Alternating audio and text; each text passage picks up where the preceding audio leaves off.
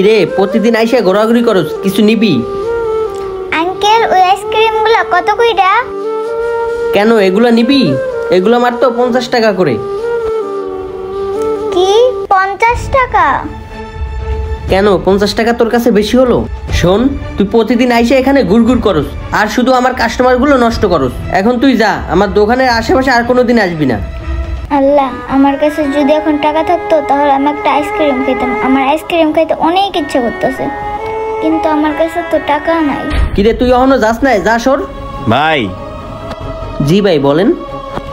ভাই, যে গরম পড়ছে একটা আইসক্রিম দেন তো খাই। ভাই কোন আইসক্রিম দিমু বলেন? ভাই এখান থেকে একটা চকবার দেন। আল্লাহ, কতগুলো আইসক্রিম, আমি যদি একটা খাইতে পারতাম।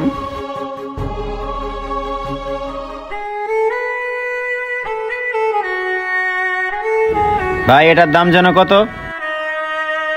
ভাই 30 টাকা হয়েছে।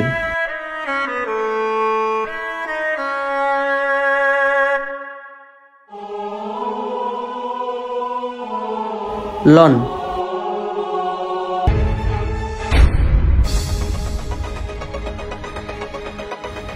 আল্লাহ, আঙ্কেলের টাকাগুলো দেখে পড়ে গেছে। আঙ্কেল। কি ব্যাপার, পিচ্ছি মেয়েটা ডাকলো কেন? আঙ্কেল, আপনার টাকাগুলো পড়ে গেছে। কি বলো মামনি, এই টাকাগুলো তুমি কই পাইলা? আঙ্কেল, আপনার মানি ব্যাগে টাকা ঢোকানোর সময় তখন এই টাকাগুলো পড়ে গেছে। কি বলো মামনি? আচ্ছা দেখি তো। হায় হায়, সত্যি তো আমার টাকাগুলো পড়ে গেছে। এই যে আপনার টাকা। আচ্ছা মামনি, তুমি কিছু খাবা? আঙ্কেল যদি আমাকে একটা আইসক্রিম কিনে দিত। ও বুঝছি মামনি, তুমি আইসক্রিম খাবা? আচ্ছা ঠিক আছে। এ ভাই একটা আইসক্রিম দেন তো। আচ্ছা ঠিক আছে ভাই, এইটা দিব ভাই। হ্যাঁ ভাই দেন। যাক, পিসি মেয়েটার উচিতলাই ভালোই বেচলাম। ও থাইকে আমার লস হয় নাই, বরংস লাভই হলো।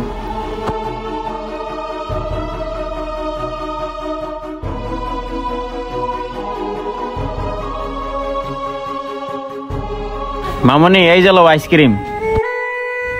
আচ্ছা আঙ্কেল, আপনাকে অনেক ধন্যবাদ। এখন আমি আসি।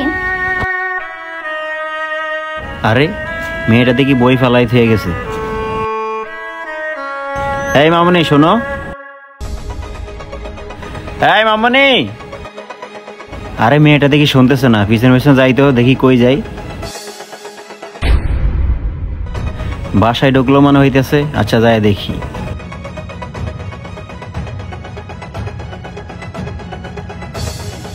আচ্ছা এখানে দাঁড়ায় দেখি মেয়েটা কি করে।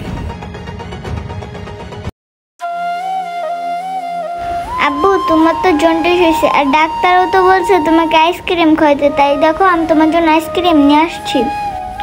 কি রে মা, তুমি টাকা পাইছো কই? আইসক্রিম নিয়ে আইছো? ও বুঝছি, তুই কারো কাছ থেকে টাকা চুরি করছস, তাই না? তুই কি করে ভাবলি তো চুরির টাকা আইসক্রিম খামু? না না বাবা, তুমি যেটা ভাবতেছো সেটা ভুল। আমি কারো টাকা চুরি করি নাই। তাহলে তুই টাকা পাইলে কই এটা কো?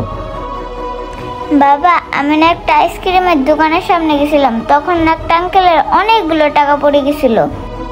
তারপর আমি সেই আঙ্কেলের টাকাগুলো উঠায় না আঙ্কেলকে ফেরত দিছি। তারপর সেই আঙ্কেলটা খুশি হয়ে আমাকে আইসক্রিমটা কিনে দিছে। মারে, তোরা আমি বলছিলাম না সবসময় সৎ পথে থাকবি। সৎ পথে থাকলে কোনো না কোনো ভাবে আল্লাহ রিজিকের ব্যবস্থা করে দেয়। আল্লাহ, লোকটা কত গরিব, তারপরেও কত সৎ। এখন আমি যদি লোকটাকে সাহায্য করি আর সরাসরি গিয়ে টাকা দেই, তাহলে তো লোকটা নিতে চাইবে না। এক কাজ করি,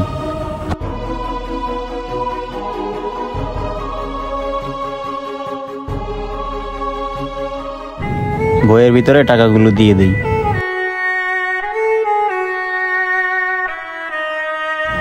এই যে মামনি। আরে আঙ্কেল, আপনি? কিরে মা, এই লোকটা কে? বাবা, এই সে আঙ্কেল যে আমাকে আইসক্রিমটা কিনে দিছে। আর আঙ্কেল, আপনি এখানে?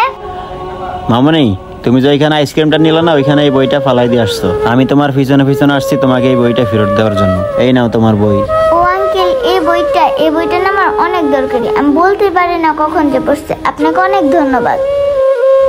আচ্ছা মামুনি, ধন্যবাদ দিতে হবে না, তুমি আমার উপকার করছো, আমিও তার বিনিময়ে তোমার উপকার করলাম। ভালো থাকো, ঠিক আছে? ঠিক আছে আঙ্কেল। হ্যাঁ বাবা, এই বইটার নাম অনেক গুরুত্বপূর্ণ, দেখো। আরে বাবা, এতগুলো টাকা! কি ব্যাপার মা, তোর বইয়ের মধ্যে এতগুলো টাকা কোথেকে আসলো?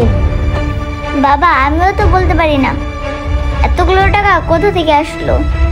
দেখছস মা, তোরা বলছিলাম না সৎ পথে থাকতি, সততার পুরস্কার আল্লাহ তাআলা এইভাবেই দেয়। হ্যাঁ বাবা, তুমি ঠিকই বলছো। আমাদের এই ছোট্ট গল্পটি যদি আপনাদের কাছে ভালো লেগে থাকে তাহলে অবশ্যই ভিডিওটি শেয়ার করে দিবেন। ধন্যবাদ।